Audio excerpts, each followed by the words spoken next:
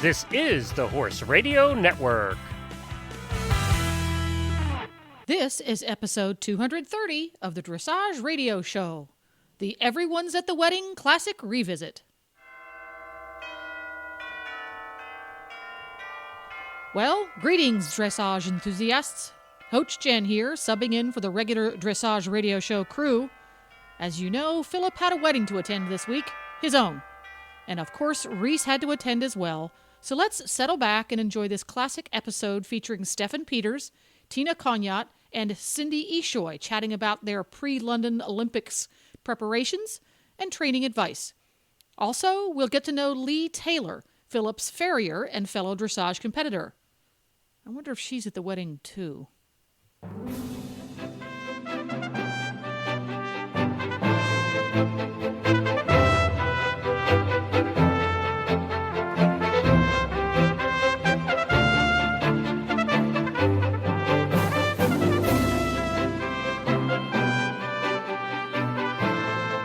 This is Reese Koffler-Stanfield from Georgetown, Kentucky.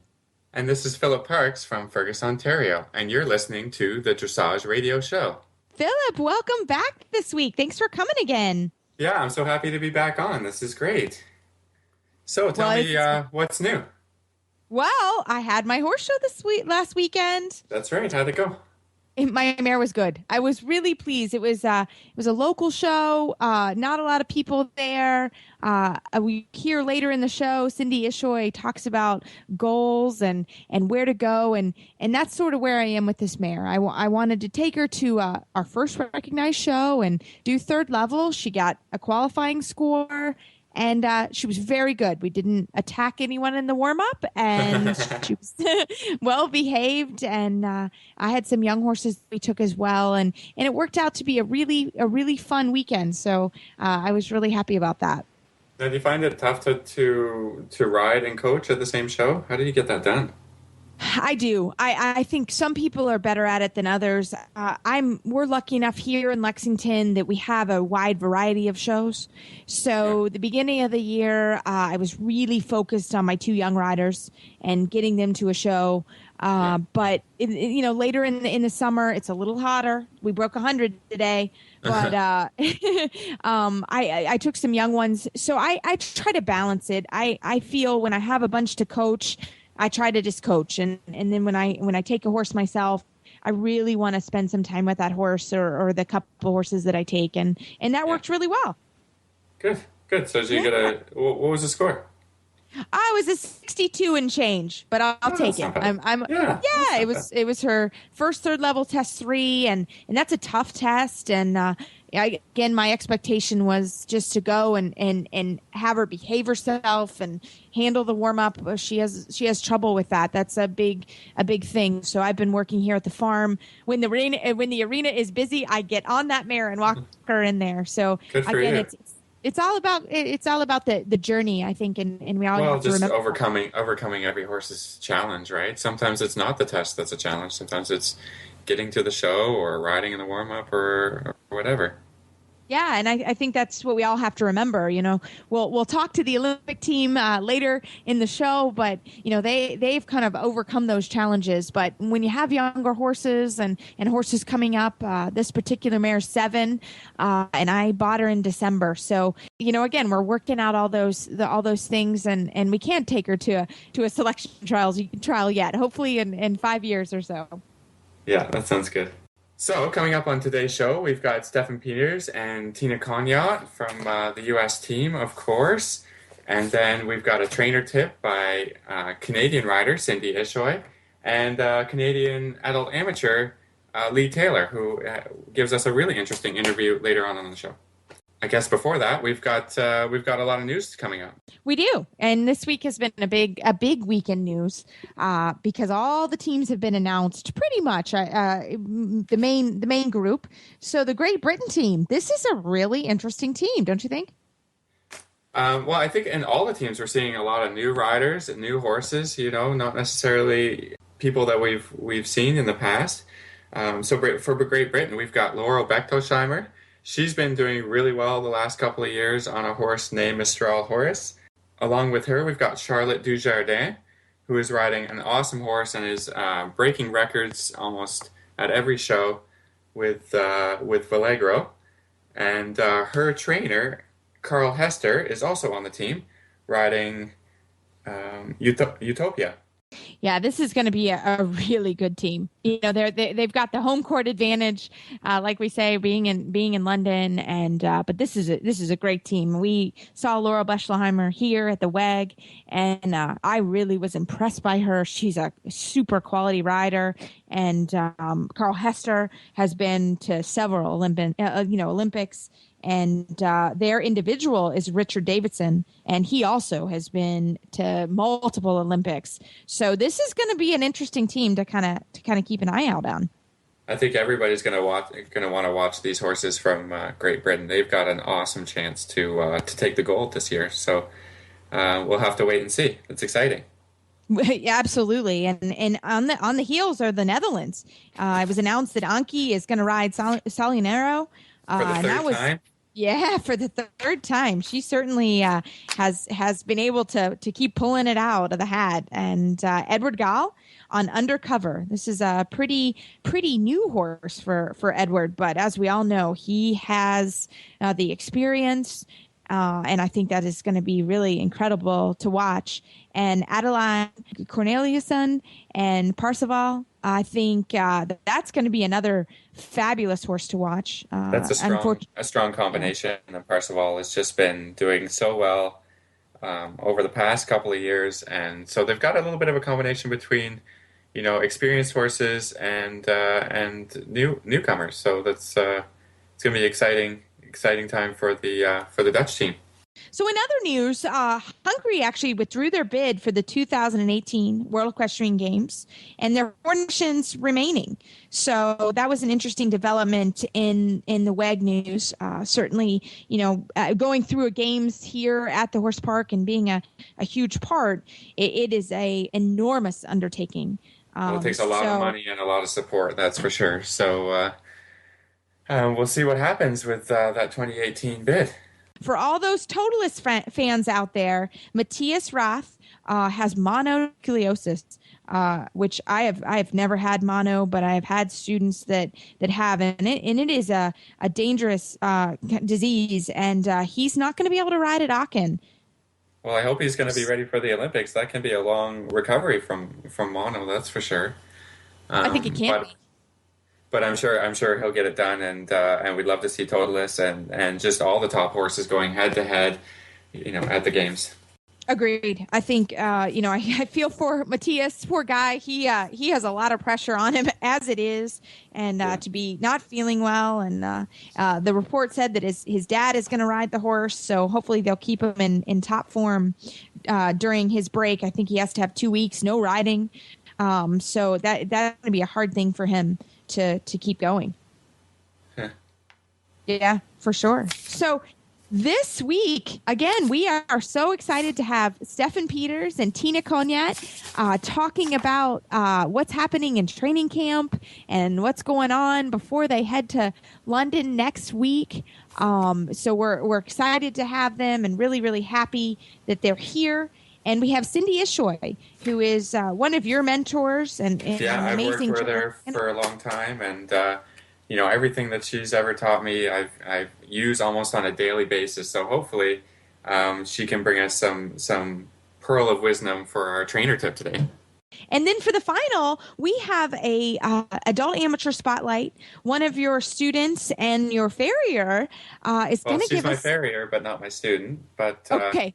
Yeah, I know her real well. She's good friends with me, and she has, as an amateur, trained her own horse to compete at the PSG I1 level in against the bigwigs in the CDIs. So she's got an interesting story, anyways, and it's going to be great to hear.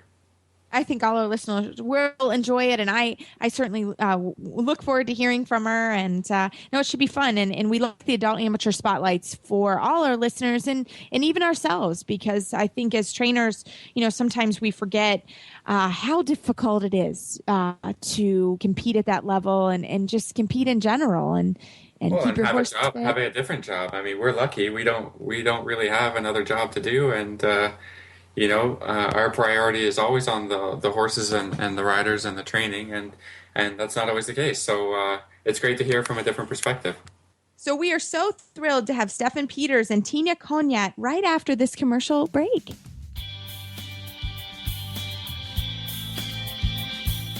Glenn the Geek here. The life of horse person is hard enough, and we all hate doing the required paperwork, and unfortunately many of us never get around to it, and it just piles up on our desk. That is about to change thanks to the EquiSketch Records app for your iPhone or iPad. My wife and I use it to track our horses, and we absolutely love this thing.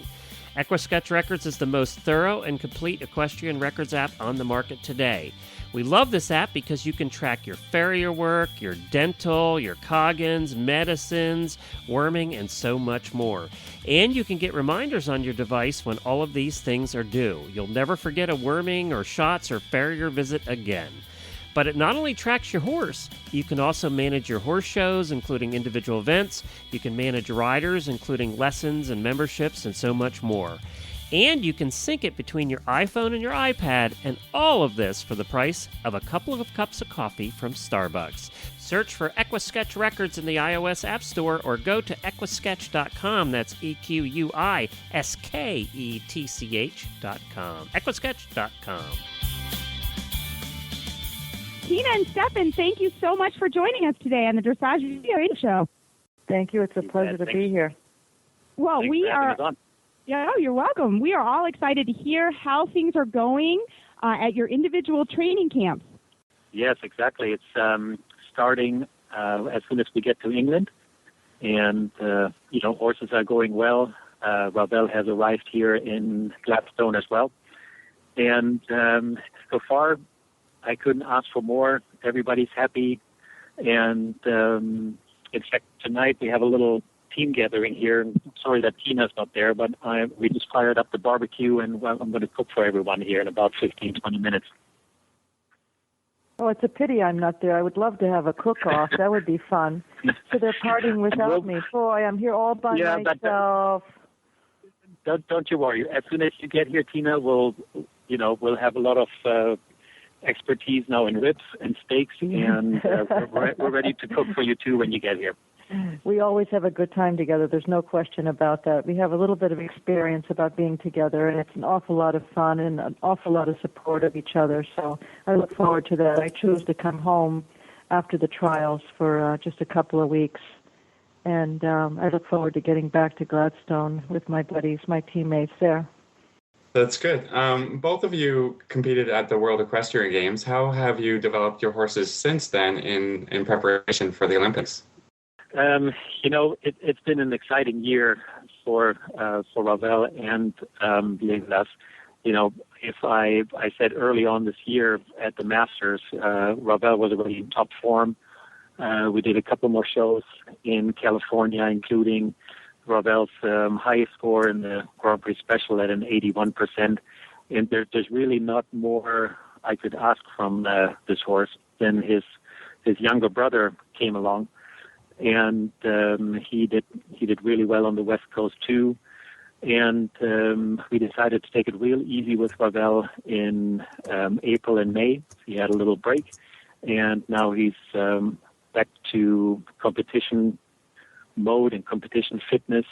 And he's still making his little brother a little jealous, but they're working pretty good together. And Tina, the same question about from WEG to now. How have you developed Collect 05? Well, I think there's thank God there is a big difference from the WEG to now as far as the development of Collecto and I. The combination of the two of us, we've improved immensely as far as our competition status. And we had a little bit of a tough beginning to the season. It was not such an easy beginning for us. I had some personal problems with losing my greatest love of my life, one of my dogs, and I had a tough time dealing with that, and so I think it affected my riding with my own horse. And at the Masters, which I had great hopes of competing as well as the year before that, he ended up tying up there, and which was quite a unusual situation. It had never happened before. So we didn't have an easy beginning of the year, and then we slowly started to pick it up after I had to put my animal to sleep. And March and April became stronger and stronger, and I cleared my head from the personal trauma I had, and he feels very, very good. You know, all of our horses are in top condition. They're in top training form as far as their lessons. It's just a matter of keeping them at the highest level of their fitness level, to be at the highest level and health level. So that's been a very important factor for Collecto, and I've paid more attention to that. He's a big horse, big, dark horse that the temperature can affect him quite a bit, and he always tends to carry more weight than he should, and that's probably obviously it's my fault. So I've paid very close attention to that and made a great effort to keep him fit. So going into the selection trials, I had 3 holes less on my girth, so I could show Coach Ann Gribbins that I really made that effort. And that was just not about working harder, training my lessons harder. It was just strictly about the fitness level. And where we are in Canada, we have such beautiful hills and beautiful sandy ground, grass-covered sandy ground that we're able to ride on. And I train him a very specific way up and down these hills that keeps him strong and healthy, and his fitness level is increased immensely. And that's my greatest difference that I have. And also, I've learned a little bit more to focus how important it is, and I thank Ann Gribbins for that also. I mean, she's made a difference in me personally on my focus level of my riding, and I'm very grateful for that. So that affects my horse.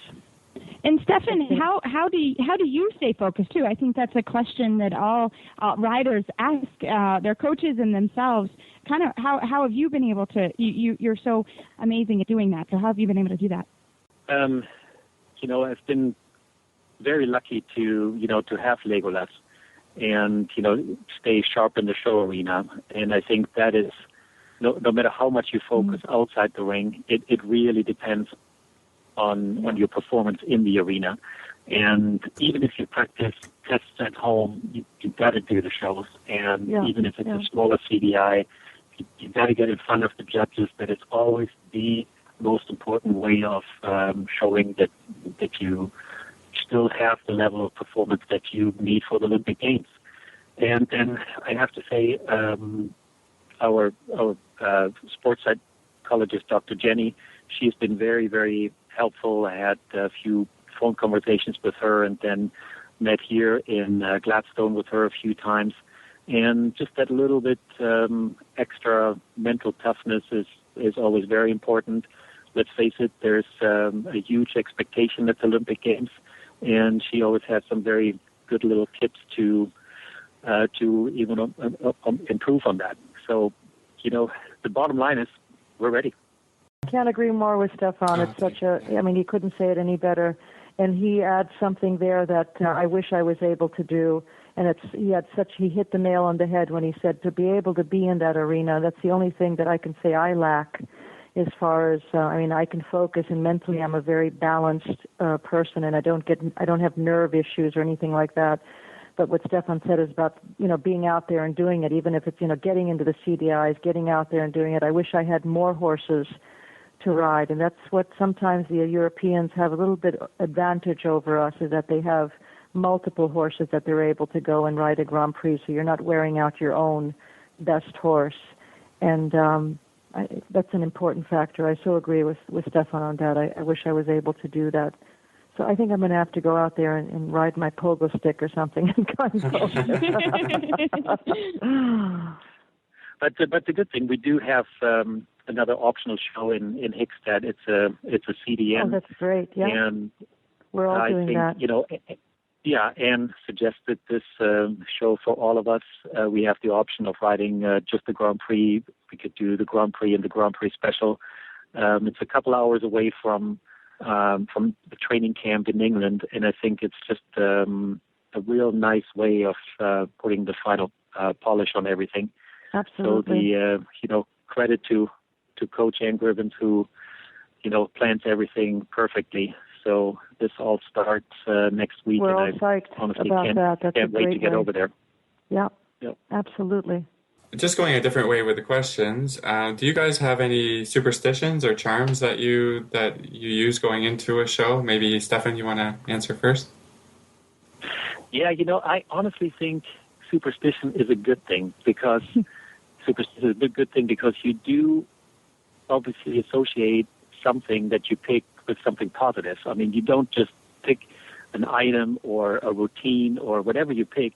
There's usually nothing negative about it. So I really believe it's a positive thing. And on a competition day, I have, a certain amount of bridges that are generously sponsored by GPA.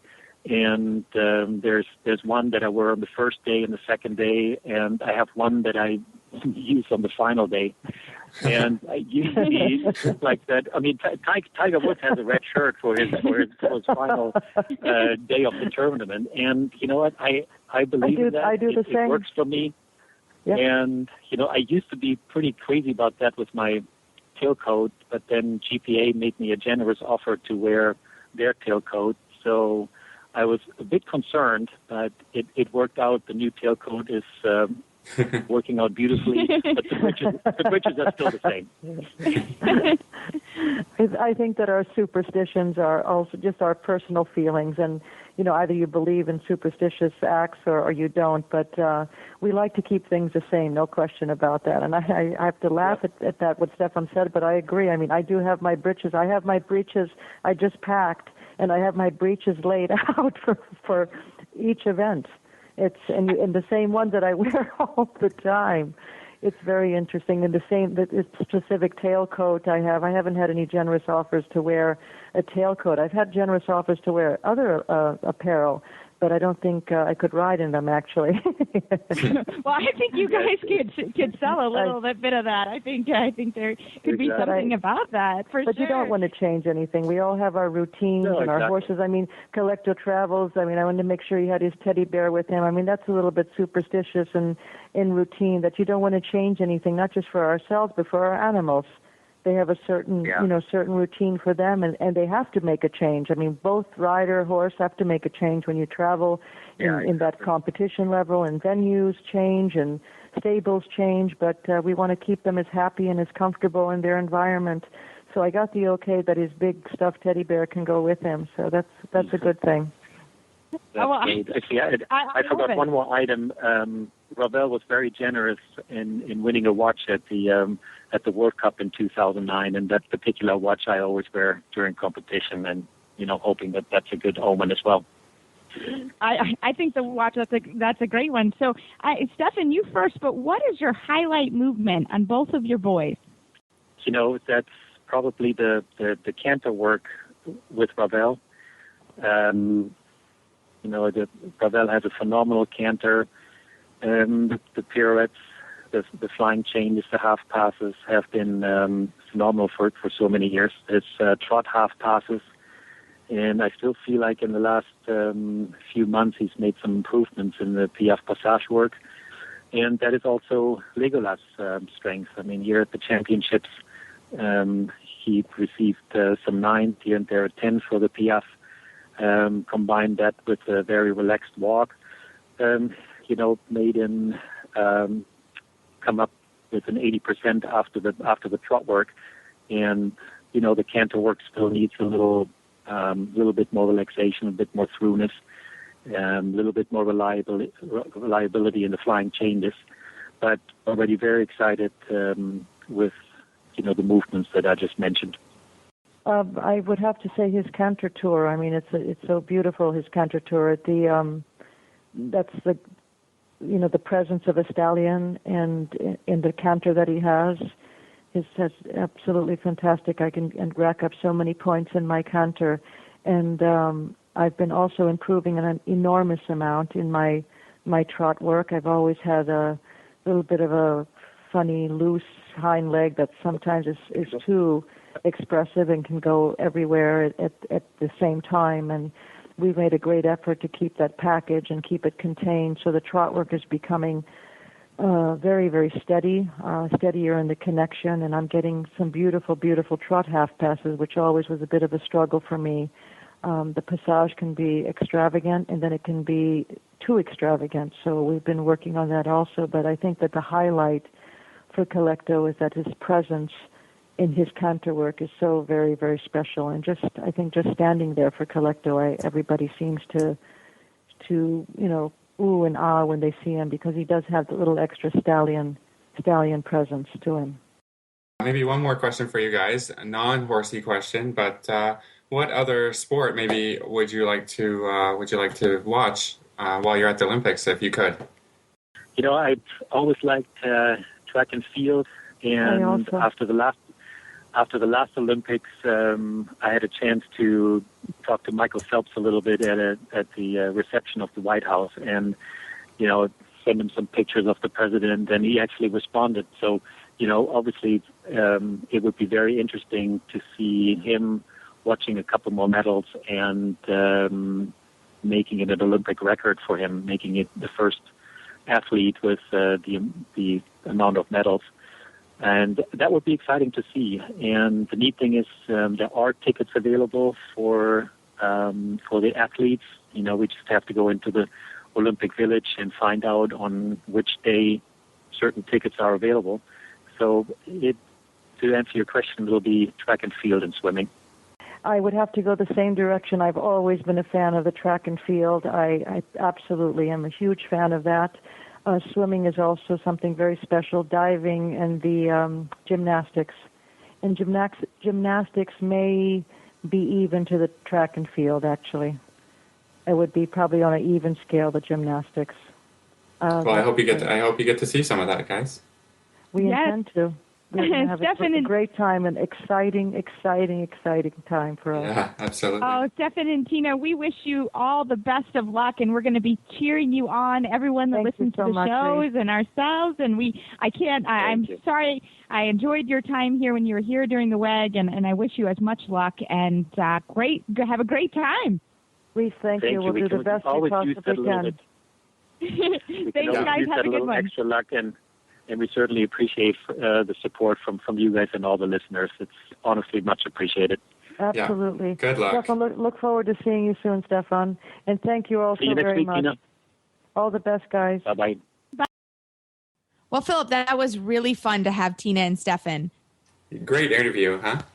Yes, and we are so looking forward to how they do, and they will stay in touch with us and let us know how the games are going and how they enjoyed the track and field. Awesome. Well, next we got our adult amateur spotlight, and today we have on Lee Taylor, who is a Canadian rider who rides a Connemara horse, and has recently competed in the Prix St. George I-1 level in a couple of CDI events. So it's going to be really great to hear about her experience as an amateur competing against the big names in Canadian dressage anyways. Hi, Lee. Welcome to Dressage Radio Show. Thank you, Philip. Can you please tell us about your horse, Podrick? My horse, Podrick. Yep, he is a purebred Connemara pony. He stands about 15 hands.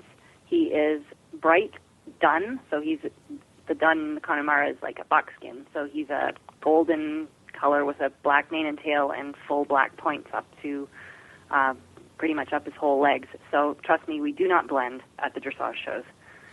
And tell us about how you got Podrick and what you've done with him and everything else about him.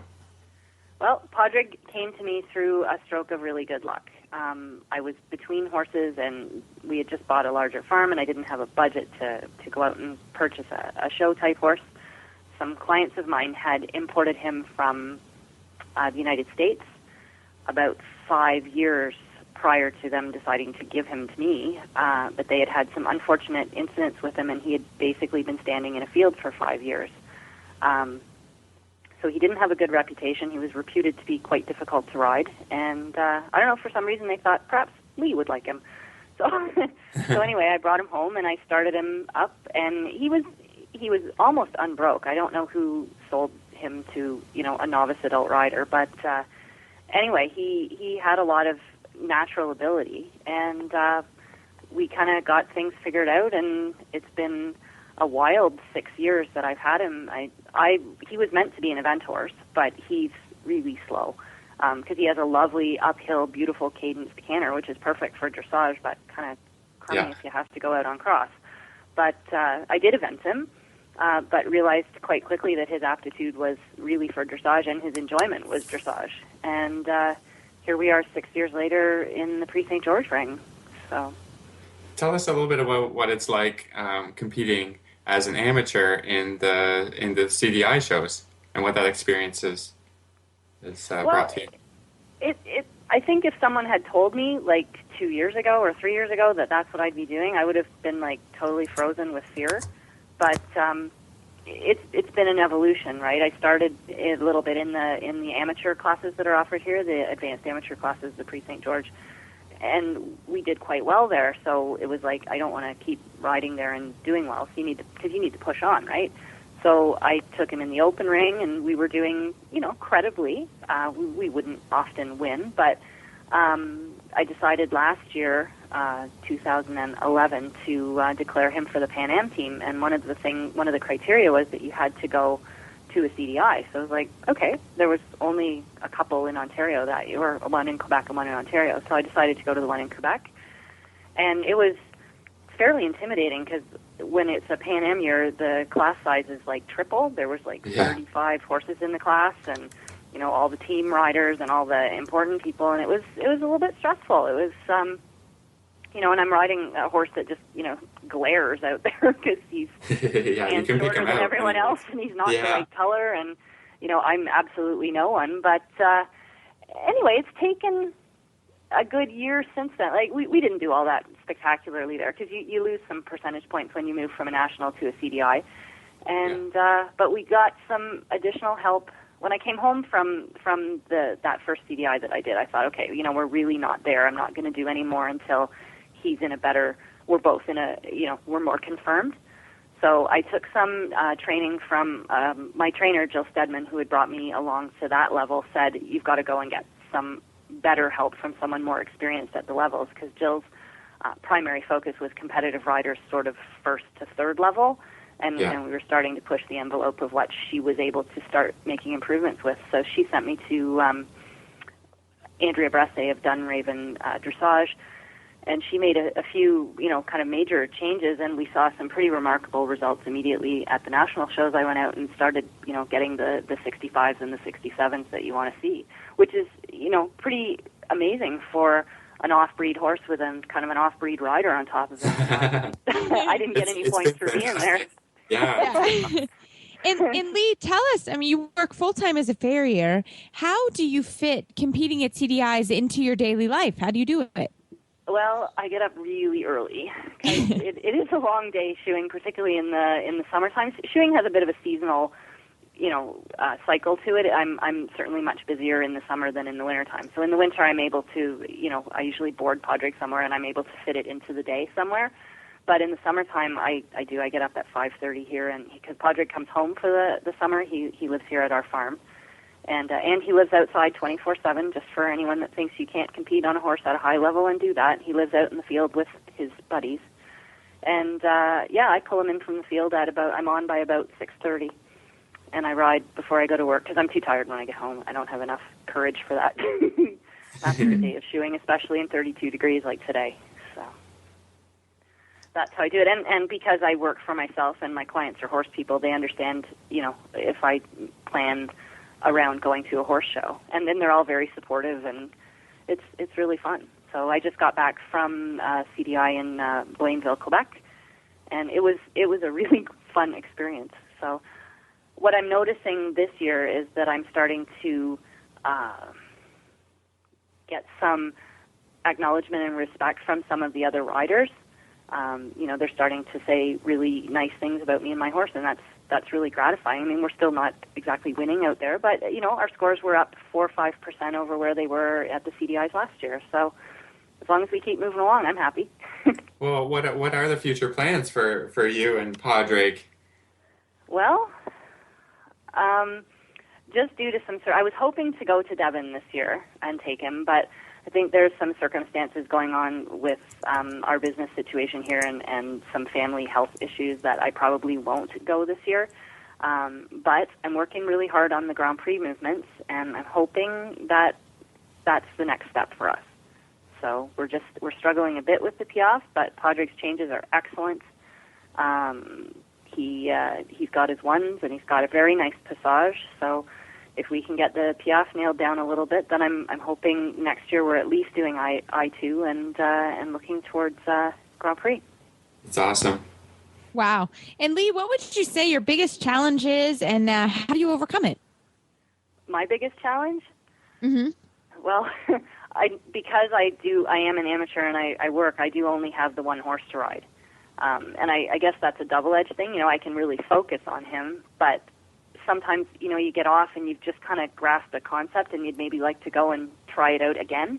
And it's like, don't have anything else to try it out on here. So, it's the whole experience, the inexperienced thing too with the levels. Like before Padraig, I had never had a horse go past second level. So it's double whammy of he's new, I'm new, and how the heck do we do this? So, but we're figuring it out. So. Yeah, I mean, I know you, and we see you all the time, and obviously the scores keep getting better, the horse keeps getting better. It's just a wonderful story. He's an amazing horse, and I can't say enough about him as an individual and the breed as a whole. I mean, they're not a very common breed. There's not a lot of them, but they're amazing athletes. I mean, as event horses particularly, jumpers, they're just remarkable individuals. So. Well, and you went out and got another one, didn't you? I did. I went down to Ohio and picked myself up one. It's a half-brother to one that Lendon Gray has that's doing Pre-St. George. So I'm hoping he'll follow in the footsteps. High hopes. I'm just getting him started today, but we thought we'd maybe try canter today, but I guess it was too hot or something. So. And so do you think there's a big advantage to for a smaller person to be riding a smaller horse? I think it's good to see that not everybody needs to ride a 17-2 hand monster.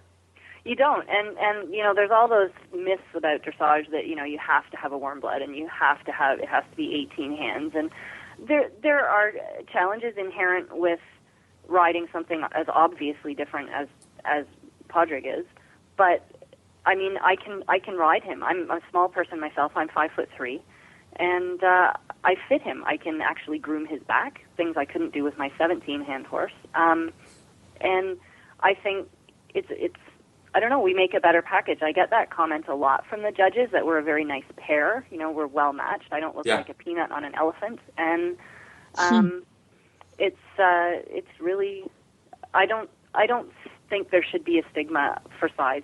It does making some of the movements look as good a little bit different, and I noticed that the more the judges see Padraig, the more they begin to see more clearly the quality of his movements. But I mean, it's a little bit shocking, obviously, if we come in the ring after something that moves like Totalis. It's just not the same picture, So, yeah. But I noticed this the more they see him, and I had a chance to do a little bit of work with the team leader and stuff last year, and he said the same thing. He said, you have to get this horse in front of the judges. They're not used to seeing horses this small at this level, and everything looks a little bit different. It takes a little bit longer to ride the shoulder in lines, the half pass lines, the diagonal and the extended trot appears to go on forever. So it does. It just takes a little bit longer that, he has to be that correct. So I think I have to be a little bit more accurate, and certainly because he's different, a little bit better than, just to get the same score, if that makes sense. Yeah, well, I think the quality training comes through no matter what the size of the horse, and yeah, maybe it takes a second look for a judge to see that. So that's it's been a very interesting conversation, Lee. Thank you so much for coming on. Thank you, Lee. I think everybody is pleasure. aspiring to ride in the CDIs anyways, and for an amateur who has a full-time job and this and that, it's just it's awesome to see. So I'm so glad you came on today. Oh, well, thank you. I hope that I get that a lot from the people at the shows, that, you know, a lot of people will come up and talk to me just because he's different and we appear approachable. And they're like, you know, you've made me believe that I can go home and ride and do this again. And, you know, Yeah, inspiring. I think people get discouraged because they think they need the, you know, imported 18-hand professionally trained horse. And, you know, if you work at it and you get some good coaching, anyone can do it. We'll be right back with our training tip after this commercial break.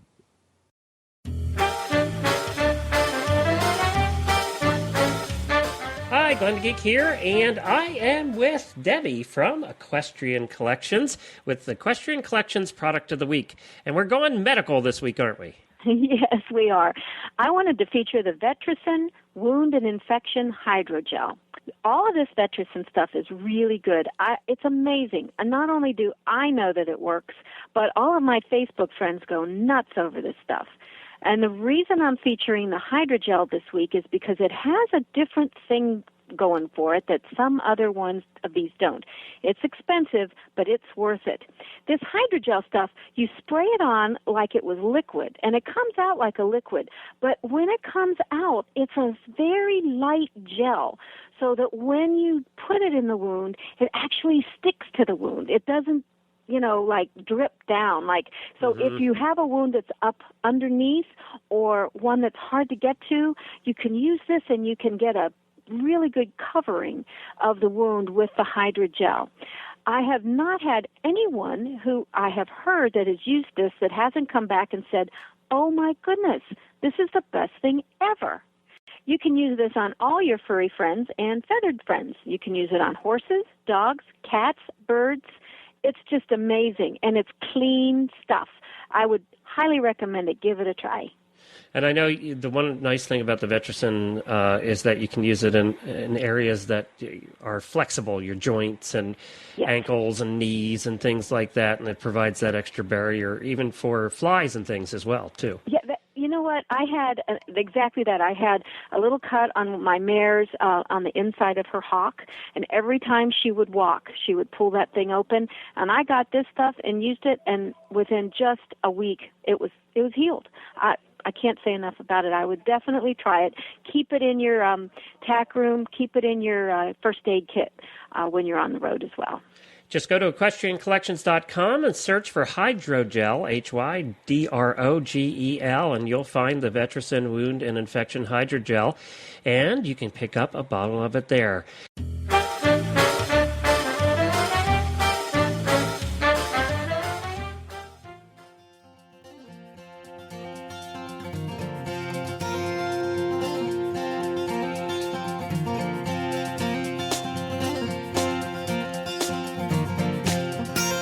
Jen here, host of the Horse Tip Daily Show on the Horse Radio Network.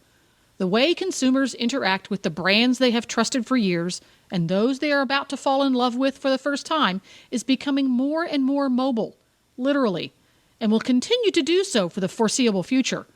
Podcasts or internet radio shows like this one combine the new consumer preference for on-demand information and entertainment with the power of niche market audiences. Advertising on the Horse Radio Network podcasts allows you to reach the equestrian consumer using today's preferred on-demand delivery system. It's cost-effective and flexible, able to reinforce your existing marketing and social media strategies. To learn more about advertising on this show or any of the shows on the Horse Radio Network, contact us at 859-951-2022 or you can email us at glenn@horseradionetwork.com. That's Glenn with 2 N's at horseradionetwork.com. Come and join the Horse Radio Network family. You'll enjoy the ride.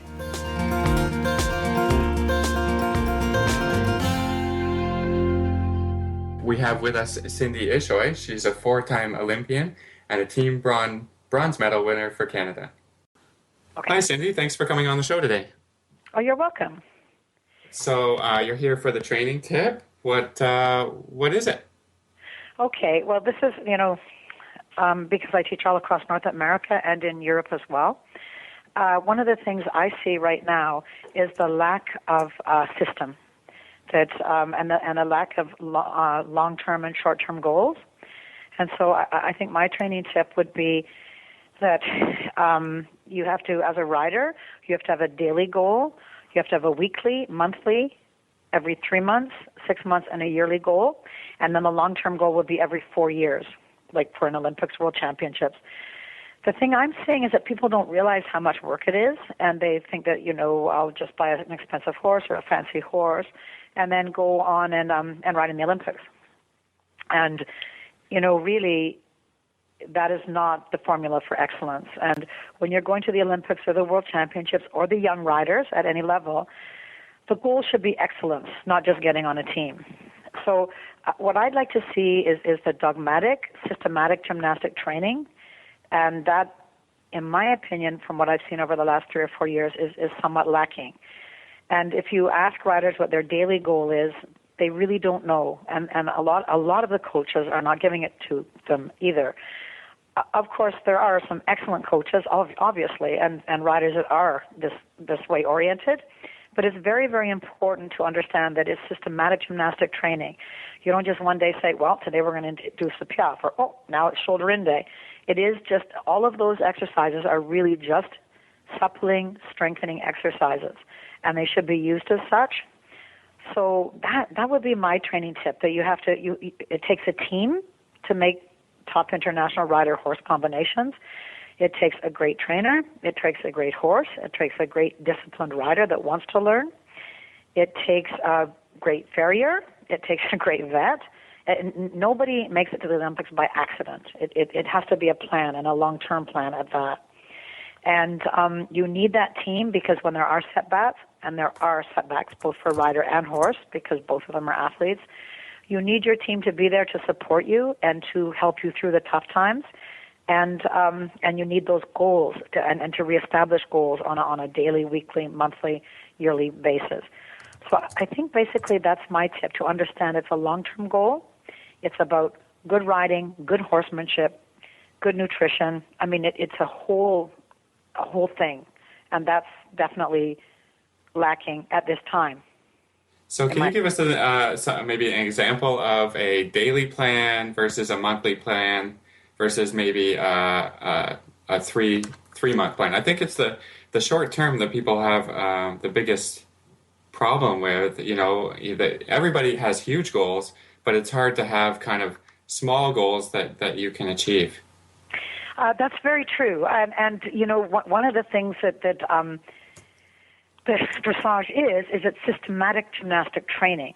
So, I mean, for example, at the lower levels, a daily goal would be to do excellent 10-meter circles, excellent 20-meter circles, excellent 15-meter circles, to ride your corners properly, to work on your position. A big thing I've seen, particularly at the young rider level, is that the riders aren't working on their position. So if you could, on a daily basis, conquer the weak part of your position, at least for 15 minutes of your ride, that's a daily goal. If you can do a 20-meter circle in rhythm with the correct bend, balancing on the outside rein, that's an excellent daily goal. And that should be an excellent daily goal from the basic level straight through to Grand Prix. And then from there you go to 15-meter circles, 10-meter circles. Out of excellent 10-meter circles comes shoulder in. Out of shoulder in, 10-meter circles, comes travers. Then the half pass. All of them just advancing in the suppling exercise. So depending on what level you're schooling at, your goal is to be as good as you can be every single day. That's a daily goal. I mean, I see. Cindy, yeah. Oh, no, I was just going to ask, as a coach, do you sit down and have this conversation with your students? Is that something an amateur or a junior rider should sort of require from their coach? Is, hey, let's sit down and develop this plan. Is it a written plan, or how do you work that with your own students? With my students, it's been a long time actually since I've had some young riders, and more of my students are more mature riders, and so we verbalize it. But if I had a young rider coming in that said, in 2 years, I want to ride young riders, and the horse that could do it, and they were already on their way, if they came to me with a 4-year-old, I'd say it's not possible to do it well. And so, actually, I don't even think it's possible, because I think they have to be 7 to compete at St. George. But I would sit down, and and I've just come to realize how important it is. I didn't used to do this because I assumed that people knew this. I no longer assume anything as a coach, right? So now I would sit down and say, this is what I want you to accomplish by the end of the week, by the end of the month, in 3 months, in 6 months, in a year. And it would be logical. Understanding that you don't train on a totally uphill scale, right? You train forward, you plateau, you backslide, you plateau, you train forward. I mean, that's just part of training, whether it's human or horse. Nobody just trains perfectly right up to the peak. Sadly, that doesn't happen. And it's actually not possible physically for it to happen because, you end up with little injuries and mental setbacks as well. So as a coach, you have to work with all of that. But I would now sit down and do a game plan, and I'd like them to keep a calendar and to keep, I'd like to know what they think their weaknesses are, because sometimes they think their weaknesses are completely different to what you see their weaknesses as. I'd like them to tell me what they think their horse's weaknesses and strengths are, because again, they might be viewing it in a completely different level or place than you are. So yes, you should, yes, the answer is yes. You should have that conversation with your coach. Now, do you think it's important to be keeping a diary? Do a lot of your students keep a diary, or do you find that a little bit detracting? I mean, sometimes I think that you have to write it down and talk about it, and then other times I think that maybe you should just kind of do it, right? I see with some students a lot of discussion is great, but too much is overwhelming and overpowering. Absolutely, and absolutely, you're right. But I am like when I was getting ready for Olympics and World Championships, I would have a diary. But if you looked at my diaries, it would go same as yesterday, same as yesterday, same as yesterday. Yeah. So that you're not overwhelming yourself, you're not overwhelming your horse, and then because it's interesting to see, check nutrition, did blood work, horse is not putting on the muscle the way it should. Talk to your vet, talk to a nutritionist. I'm not really happy with the way his feet are. Talk to your farrier. I'm not an expert at that. I need input on that. No coach is an expert on everything. That's why we need a team. So I would like people to keep a diary. And sometimes, like I've had a couple of people keep a diary, and I've looked at it really quickly, and I go, we're seeing this completely differently. Yeah. And then you can discuss it, and that helps them overcome a slump. Right. And right. So that for that purpose, so you're not butting heads too much. Well, it's not even butting heads; it's misunderstanding. Right. Because a lot of people don't understand the physiological part of training as well, right? And so they have these massive goals, and I'm like, I couldn't run a 5K if I can't run half a K, right? Right. Yeah. And I think that it's really important to keep that in perspective. Or, you know what? How do you expect your horse to be fit enough to do this when you're not fit enough? You're huffing and puffing. So let's address that. Do you have somebody else that can help you with that? If a rider's really crooked, I will send them to a sports medicine therapist to get them as even. How can you expect a horse to be even if you're completely crooked? Yeah. I mean, we all do the best we can. None of us are completely straight. But there are people that, through injuries or overdevelopment, like tennis players and so on, that come to riding later, and they're very crooked because obviously you use your dominant side, right? So I will send them to people that will help them to even out as much as possible. And the knowledge that I have now has come over many, many years of listening, watching, training with the best trainers in the world, being to sports medicine therapists and learning from them, learning from vets. I also think that a lot of the up-and-coming riders aren't taking advantage of being there when their vets are there or being, listening to sports medicine therapists and that. I think that so many people can teach you so much, and that only makes the whole process better. Wonderful. Well, I thank you so much for your tips today. So, Philip, I keep a training diary, and I really do try to work with my students on goals and a daily goal and a weekly goal. And if we're trying to get to championships, how do you do it? Do you keep a diary? I'm not great about doing a diary or, kind of sitting down to write things out. I should be way better at it. But, I think I do a lot of just, before I get on a horse or before I do a lesson, I do always a a mental preparation, as a, kind of a checklist. Okay, when did I see this person last? When did I ride this horse last? What did we get done? What do I want to do today? What would be, a goal for the next week? Or, so I'm always having conversations with myself, with my riders. Some of my riders keep a written journal. I think it's really handy, and I should be better about it myself to follow through with some of these things. But it gets so busy, and by the end of the day, just kind of mentally exhausted to get it done. But I'm glad to hear that you're doing it, because I think it's helpful. Well, I think it is. I mean, I don't do it on a daily basis, but I do it when I go to clinics, or, I have a particular ride where I have that light bulb moment, like, oh, yeah, she was great today, or oh, my goodness, I got my young horse to do this. So I do keep it that way. I don't necessarily keep one every day, and I respect everybody that can. I think that's really important. And all my students that are in full training and I see them every day, I really do encourage that. And I tell them to do it right when they leave the barn. Have it in your car. Yeah, when it's fresh.